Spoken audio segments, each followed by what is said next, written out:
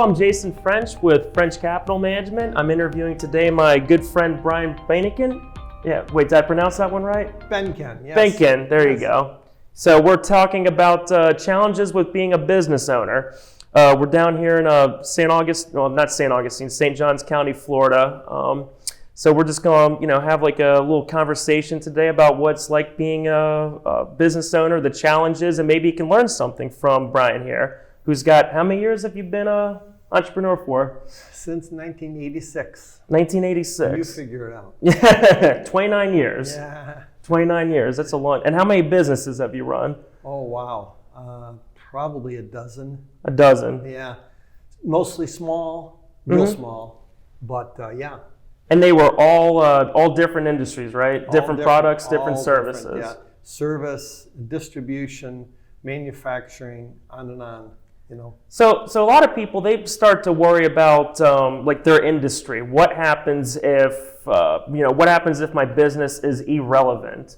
So they're a subject matter expert. Maybe they're a carpenter or something like that, or a mason. Now you've got 3D printers that print houses. Yeah. How are you able to be so versatile? You worked in 12 different businesses doing different products and services. Well, a lot of people have confused me for an accountant. My first job was a bookkeeper, and I like numbers. Okay. But that's not the love of my life.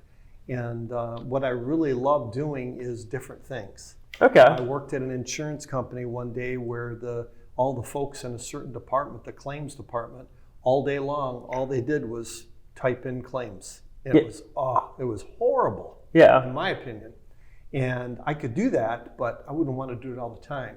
So I enjoy doing all different things. Yeah. And something that I've learned as an entrepreneur, you either need to be able to do a lot of different things, or you need to be smart enough to be able to identify other people who can do better than you can. Of course, there's some of both.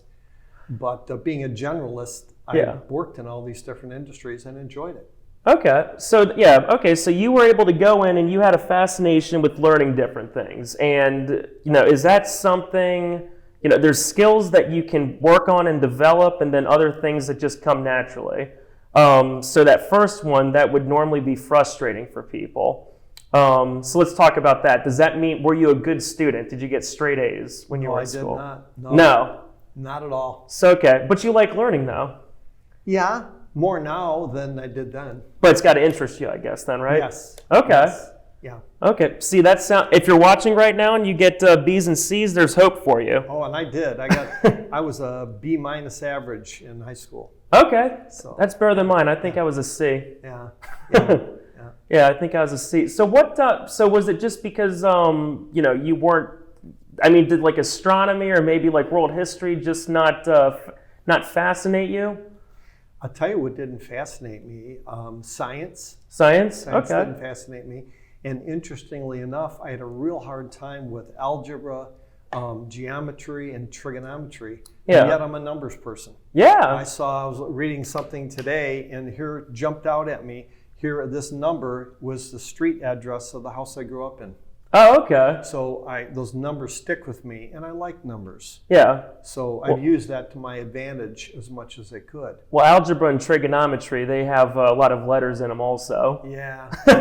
And they're concepts. My problem with algebra is I could get the answer. Yeah. But I didn't do it the way they wanted me to do it. Oh, okay. So, and of course, they're promoting thinking, and my thinking was a little different than their thinking, their approach. Now, how did you figure that out? Like, what age were you when you realized you're like, wait a minute, I get this, and this teacher, because we have a lot of young viewers, this teacher is trying to tell me this, and this, but I'm way ahead of the curve because there's a misconception sometimes about professors and teachers. Maybe it's true in some cases. There's an adage, what is it? Those who can't do, teach, right? Yeah. So that's very true. So we know there's good teachers and there's bad teachers. So, what was your coping method for, as a student in school to be able to continue to learn and get good, a B-, which will get you to pass the class, but you're not going to be on a honor roll.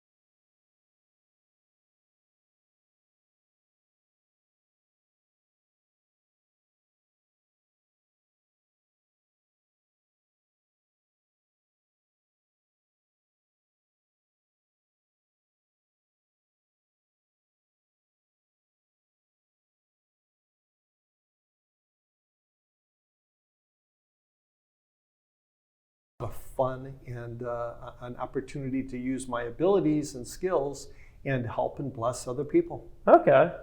So you're not only getting a personal satisfaction from that, you're honoring God, and you're also providing an income for you and your wife and your family. That's right. Okay. All the above.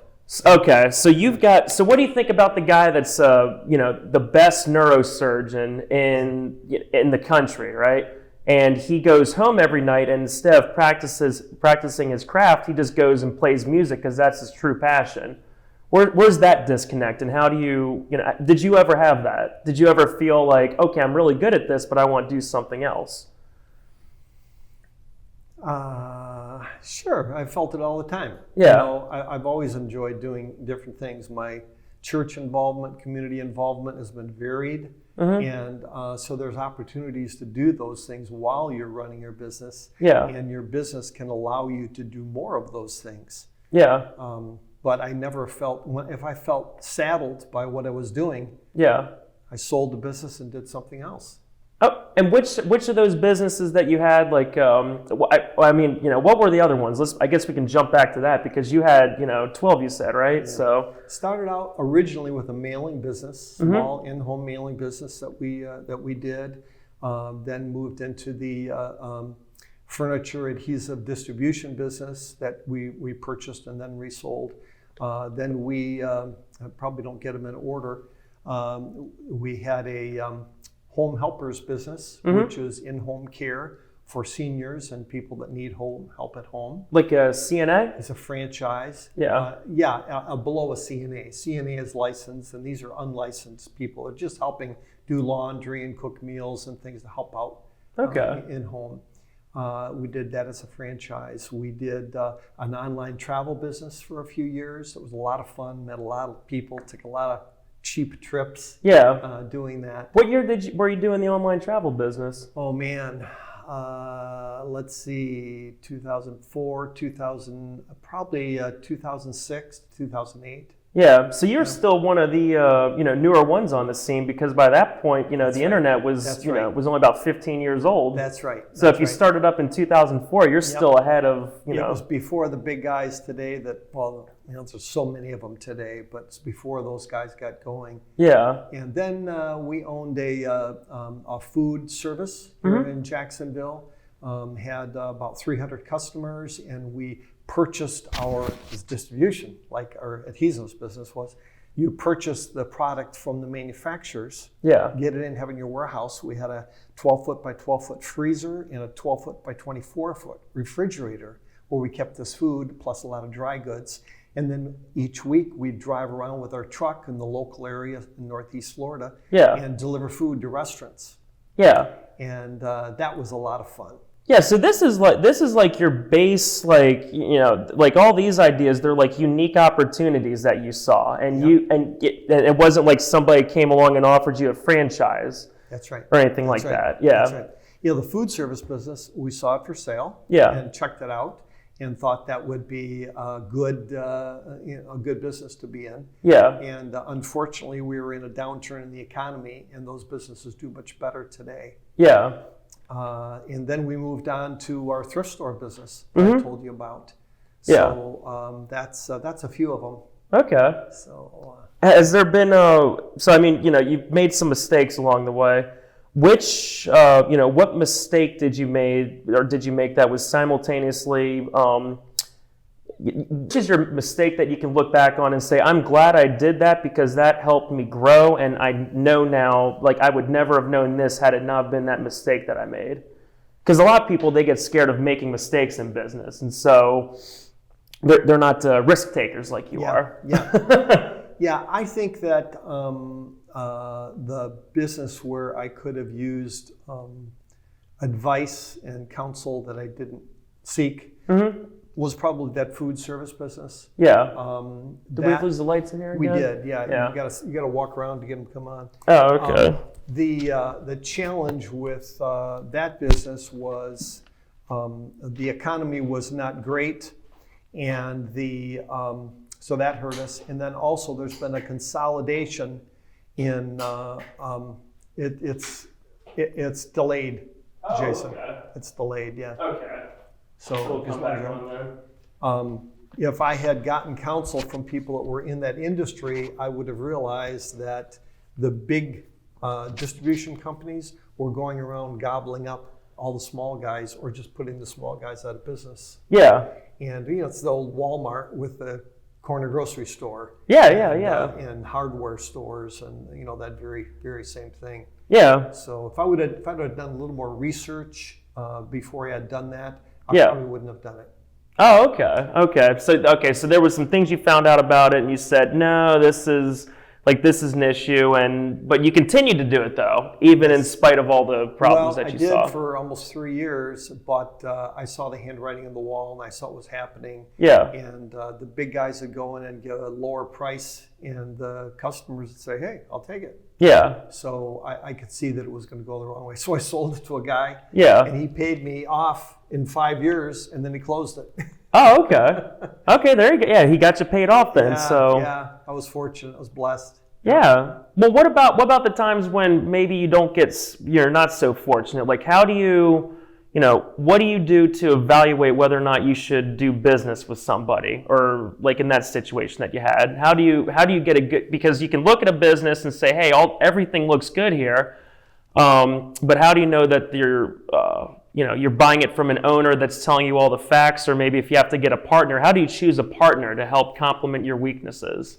I don't. Yeah, you don't. The reason I don't is the year I was born, my father went into business with a partner, and they did really, really well for 30 years. Mm-hmm. And then his partner died. Yeah. And they did not have a buy-sell agreement, and his partner's son ran the business into the ground, and it closed up. Yeah. And I worked there. Okay, yeah. I was there for 10 years. Because that person was a key employee. Yeah, key person insurance. Right. And I talk about that sometimes also. He just said it right there. That wasn't a cue card. Buy-sell agreements. Oh, yes. So important. Important. How many times does that happen in a business? Like, you've got 3 people, right? And then you've maybe you've got Tom, Dick, and Harry. And then all of a sudden Harry passes away. Yeah. Harry's wife gets the shares to the company. She can't do what Harry did. She doesn't want to do what Harry did. She's just, hey, I'm just going to sit back and collect all the revenue. Right. It's interesting because when you have partners, you've got strength, you've got more background in that, but you also take a lot of risk with it. And that's what happens when you have a disagreement. Yeah. Who is the partner with the most shares? All they need is one more share than you, and they're in control. Yeah. And everybo's probably heard of people that have owned 49% of a business. Is just like owning nothing. Yeah. So I know there's a lot of great reasons to go into partnership or have a bunch of separate owners, but I'm a solo guy, and I really prefer to try and do it myself. I'd rather stay small and have better control over what's going on. Yeah. Is that because, and I mean, I can guess a number of reasons why that is, but do you feel that, like if you had a partner, they would have maybe some, they might hold you to some unspoken obligations, and of course, and you would let them down because you just know, hey, I'm Brian, and I will not be the partner you think I'm going to be. Of course, anybody that's been married for any length of time knows that. Yeah. And I'm not cutting marriage. I'm just, it's people. Yeah. And that's where another thing, if you are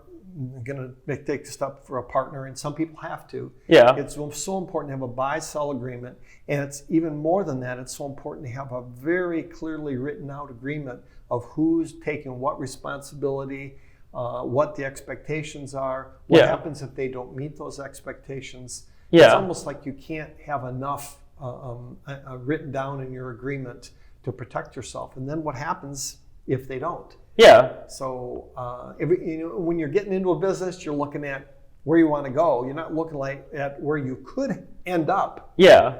Yeah, exactly. You might have an unhealthy dose of, I guess, optimism. It's good to be optimistic, but you can't be a dreamer, right? Yes. Yes.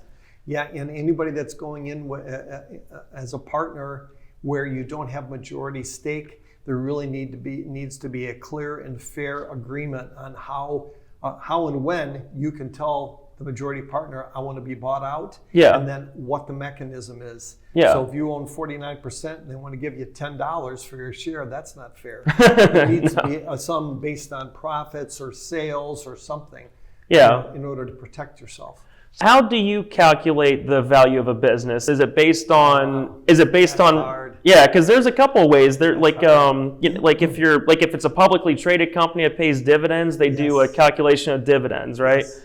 I tend to think that it's your total assets minus your liabilities, okay, divided by the number of shares out there. That's the value of the company. And we're talking about people capital too. Yes. Because you might have some, if you're a company with like 100 people, and like I've never employed that many before, but if you've got that many people, you've got capital, like their talents. Like, how do you value that though? Because if they went to a different company, do you how do you replace that person? So how do you value and make sure that say somebody's watching this video, they're thinking about buying a business. How do you know what the actual price is? I get 3 opinions. Okay. Is what I would do, because there's so many different methods that are used. Yeah. And then I'd look carefully at them. Okay. And make a determination. Who do you get the opinions from? You have to do some research. Mm-hmm. I was in a group called Wise Counsel that was businessmen, all business owners, that talked about this very thing. And they had a full day session of talking about it. Yeah. And there were all different opinions of what the value of a business was. Now, one of the guy was a CPA, and supposedly this was his strength. Yeah. But I didn't agree with him on everything. Was he saying like 4 times revenue? Oh, I don't remember the details. Yeah. When I sold my one distribution business, I sold it for 1 year's annual sales. Okay, 1 year annual sales. Yep. Okay, so so that's the gross revenue. It's the gross revenue. Okay. Paid out over a period of years. Okay. But of course, what the buyer was doing is he was putting some money down, and then he let the business pay me off. Yeah. My business pay me off. Oh, okay. So he did a no money down deal, basically. Oh no, he put down 25%, or he put down 20% of the purchase price. Okay. But you still maintained a certain percentage of ownership with the company. Not. Nothing. He's a good friend. Remember, he's the guy that I bought the business from. Oh, okay. I sold it back to him. Okay, that's right. Okay, so that's how you arranged that deal. Yes. Okay. Well, what do you think about what do you think about like a no money down deal where like somebody would come in and say, Brian, I don't have the money, but I want to buy you out. I want to take over your position and I will pay you this much per year. You basically become a silent partner. I think it's very risky. Yeah. And for you or for me as the buyer? Actually, for both. Mm-hmm. For the buyer, it's a positive risk. Yeah. For the seller, it's a very negative risk. Yeah. And I would not do that as a seller unless the business was going to close up. And I'm going to, if I can get 6 months out of it, of payments, I'm better off. Yeah. But who knows what's going to happen with that buyer in the future. And for you really should go ahead and, what I would like to do is have a stepped system. So in other words, you want to go ahead and put 10% down and you don't have anything to buy my business from me. Okay, you can buy it with a note. Okay. You give me the note, and at the end of the year, if you meet these requirements, working in the business, I will, in essence, forgive that note, or I'll pay you a bonus that will relieve you of that note. So that's a good position for you to be in, both for the buyer and the seller. Yes. Okay. The problem is that I know a guy that did this, and the seller didn't live up to his end of the bargain. Oh no. So he put this time in, and in fact, before the year was even up, he realized it wasn't going to work. Really? Yeah. So it was just done at that point. Then he's like, okay. He walked away. So that's why I say there's risk. There's risk. Oh yeah. But entrepreneurs are willing to take risk. Oh yeah. If you're not willing to take risk, get a 40-hour-a-week job and get the best salary or hourly you can. Yeah. But if you're an entrepreneur and you think you can do better, you think you can create something, you feel good about it, it's a great direction to take. Okay. Well, what about let's say, let's go back to evaluating a business, whether or not it's something you should get into. So let's go back to let's say that you're thinking about purchasing a buggy whip manufacturer in 1899. Right, and so of course, buggy whips, people making those, hey, here's my gross revenues right here. It was a hot item in 1899. Exactly, but then all of a sudden, here comes the automobile. Yeah. And so, I mean, I don't know what the mentality of people was at the time. They're probably thinking like, oh, well, we're still going to have buggy whips because we've had them we've always had them, right? Yeah, always, yeah. So what's that mindset when you say, hey, this technology's been here, it's always going to be here? Yeah. How do you have the foresight to say, you know what? I think more people are going to want those automobiles than their buggies. So how do you gauge that? How do you figure out whether or not a business is a buy based on that criteria? It's something that you can continue to get increased market share in. Research. Okay. I've talked to a lot of people. You're going to have to investigate similar industries. You're going to have to look at technology and where it's expected to go. And you have to determine what you're looking for. Yeah. I'm just reading articles about electric and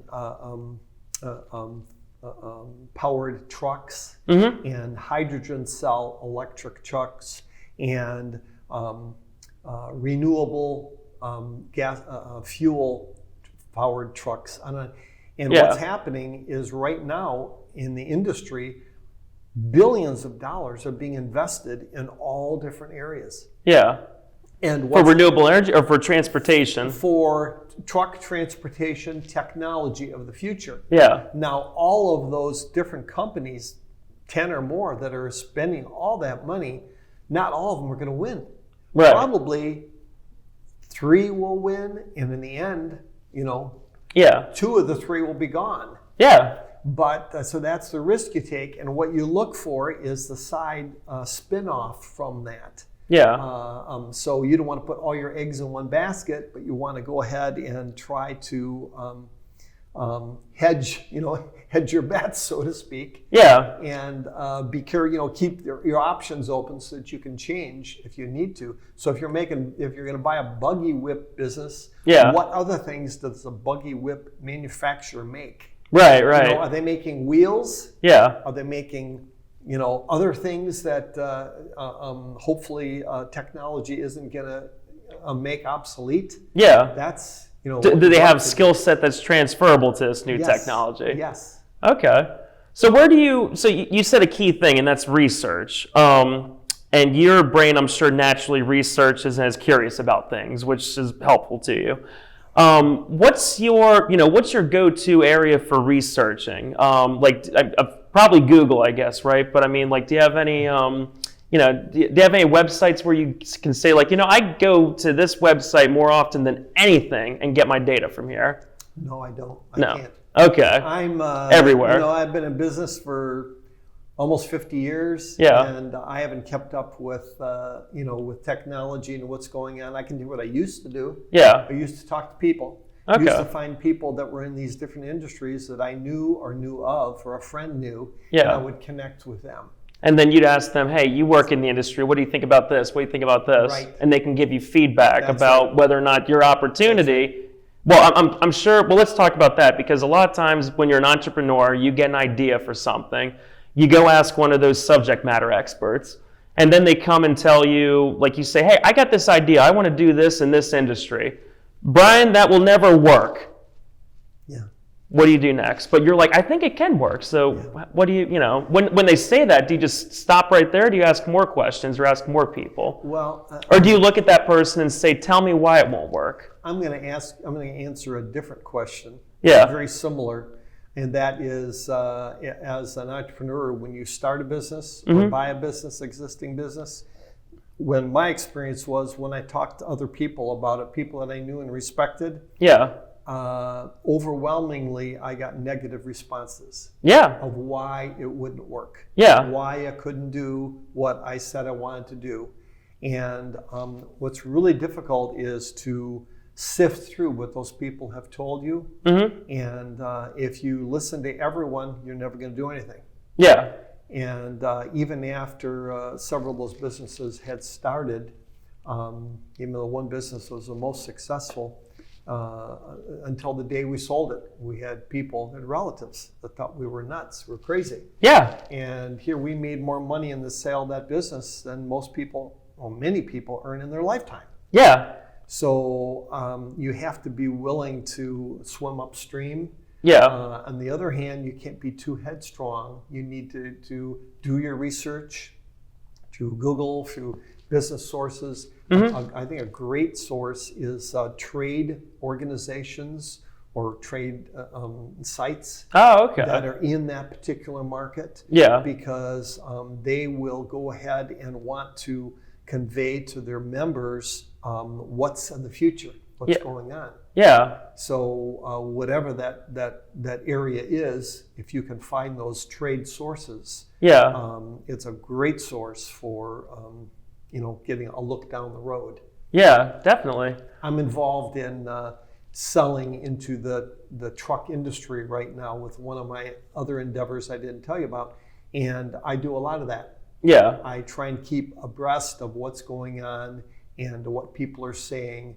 And what one or two says doesn't mean the industry's going that way, but you get a general feel, at least for what people are thinking, and you develop your own opinion of the right way to approach it. Yeah. Well, I mean, like the trucking industry, we can use that as like an example. How do you look for, potential threats to that industry? Because right now we can't, like, how do you click buy on Amazon or eBay and then it gets to your house? Truck, right? Now, what's something that could shut that down completely, that whole industry? I mean, but we're not living in, we don't have teleporters like in Star Trek, right? Yeah. So what's a potential thing that can shut down the truck industry? Do you look at that, or how do you think about that? How do you protect yourself or hedge your investment per se? In my position, I'm not concerned that that's going to happen. Yeah. I still want to keep in tune with what's going on. Mm-hmm. And self-driving trucks would be a threat to this business, because the business specifically is training truck drivers to be safer drivers or better drivers, or evaluating new truck drivers. Yeah. To let a company know if this guy's going to run into a car or a tree or a person the first day they're on the job. Yeah. So the company I'm with has a simulator that simulates a truck, and we take them through different paces. So technology is a help, and it's a threat as well. Yeah. A threat, obviously, to truck drivers, and hence training, is trucks that can drive themselves. Mm-hmm. And I keep up to date on that. And right now there are a number of trucks around the country that are doing that with a driver in the cab watching everything that's done. Yeah, just as like a safety backup. And those routes are typically a route like from Indianapolis to Nashville every night that goes on, like a FedEx or somebody, that UPS is going that way all the time, and they go back. And it's the same route. It's mainly interstate, so I keep abreast of that. Yeah. And that's not going to happen anytime soon, I don't think. Well, it's probably a little bit more than 5 years out. You would think so, right? I would think so. I would think so. Yeah. And I don't see it replacing the actual truck drivers anytime in my lifetime, but I want to stay on top of that. So trade magazines, sites that I have that I go through and look at. Okay. For me, the opportunist, what usually happens with the new business coming along is we see the opportunity, and then I research it. Yeah. And I say, this looks like a good opportunity. Now, how do you establish value? Yeah. When it's a real small business, the value of the business is largely in the brain of the seller. Yeah. So if the seller thinks it's worth $450,000, and you think it's worth $250,000, it's not going to happen. Yeah, it's an arbitrary price that they came up with. So if you can get creative and find ways to meet other needs or requests or desires of that seller, you can do that as well. And that's creative financing. And what that takes is reading a lot, in my opinion, reading what other people have done, how other businesses have sold. Yeah. And so one of the abilities that I encourage people to do is to be a generalist. Yeah. You know, look at all different areas. Get different angles. Read broadly what's out there, because you'll catch something that's, that applies to what I'm looking at. What I'm thinking about. This is a good area. We didn't think about this area, you know. Yeah. This would be a good change. Let's research it further and see what companies might be willing to sell. Okay. Or where I can start a business. Yeah, so you have to keep on looking around. So let's say somebody's watching this video, and it could be next week, it could be 5 years from now. Yeah. And then they're saying, hey, I'm fed up with my corporate job. I think that I want to start my own business doing this. And what advice do you have for that person? Look at your strengths. Yeah. Look at your abilities. Sit down and list what you think you're good at, what you're strong at. Look at where you're weak. Yeah. And when I did that, I knew I was pretty good in finance. I'm very strong in operations. Yeah. I'm very strong in my people skills. Yeah. Technical skills, nope. Yeah, outsource that, right? Yeah, or pick a business that doesn't require it. Yeah. And so an evaluation of your strengths and your weaknesses is real important. Yeah. Before you go forward and look at what's out there. Okay. And another question. This is for all the married guys there. You've been married to Joyce for how long is it? 46 years. 46. So you guys were married before you bought your first business. Yes. So how many? So what do you think when it comes to guys like yourself, guys like me too, also, that we say, you know what, I'm done doing this. I'm going to go buy this business over here, even though our entire family and all of our friends are telling us it's not going to work. I'm still going to go do it and make it happen. Yeah. How do you make that work? Well, the way we made it work was I bought that first good-sized business in 1988, but I continued to work at my full-time job as a manager. It was a good job. Yeah. For another 8 years. Yeah. 9 years. But And so then what I did was I saw the business was growing. It would be improved, and I had employees say, "Why are you working at that full-time job? If you came here, we'd do even better." Yeah. So that was kind of a safe route for me to take. Yeah. Okay. So you had income coming, and this was a side project that you had working on. That's right. I actually employed other people, including my wife. Yeah. And my wife has been involved in almost every business that we've been in. Yeah. And she has her own strengths and abilities. She's my partner, in essence. Yeah. And so I said I don't do partners, but I do with her. There you go. And so what about, wouldn't it drive a lot of people crazy, like if their spouse was starting different businesses all the time? Because it's not I think we as human beings, some of us take, they take somewhat pride in our vocation. Sure. I'm a doctor, I'm an engineer. You'd say, Brian, I'm a serial business owner. Is there, did you have to sell that to her, or was she just all about it because she was intrigued by what you wanted to do? She's as much into that as I am and more. Okay. Most of the businesses that we have started or bought, she found them. Oh, okay. So she supports your. She does. Yeah, okay. Very much so. Yeah. I got you, because I know a lot of guys out there. They're being held back by either a spouse or a family member, or they're using that as an excuse why they don't go ahead and take the leap into it because they don't have. And it might be a good thing. Yeah. They're being held back. Yeah. Well, I mean, because the risk is there for failure. Yes. The risk is definitely there for failure. Yes. And that's where you have to be, if you're married, I believe you need to be in agreement before you do it. Yeah. I went ahead and another business I didn't tell you about was a real estate company. Mm-hmm. I was part owner in a real estate company, and that was the biggest mistake I ever made. I bought into the real estate company and didn't tell my wife because I knew she wouldn't agree with it. Oh, okay. And I lost all the money that I put into it. Yeah. It was a lot. It's a lot of money at the time. Yeah. So it's, being in agreement is real important. Yeah. Okay. So don't buy a business without your spouse knowing about it. Tell her at least, even if she thinks it's a bad idea. Be like, just be like, oh no, it's gonna be a good idea. Watch it. Watch it work. I would have told her I wouldn't have made that mistake. But anyways, that was actually you asked, but biggest mistake that you learned from. That was a great learning experience for me. Yeah. It cost me $20,000 back in 1982. Yeah. But it was that was a lot of money then. Oh yeah. At the time, it was all we had. Yeah. So, but yeah. It's almost $40,000 today. That's more than some people make in a year. Yeah. Wow. Yeah. Okay. Well, Brian, it's been a great interview. Yeah, thanks. So if you liked what you heard, go ahead and give a thumbs up, leave a comment, and we'd love to hear your thoughts. Maybe ask some questions in the comment thread, and I can relay them to Brian, and he can come back and answer them for round 2.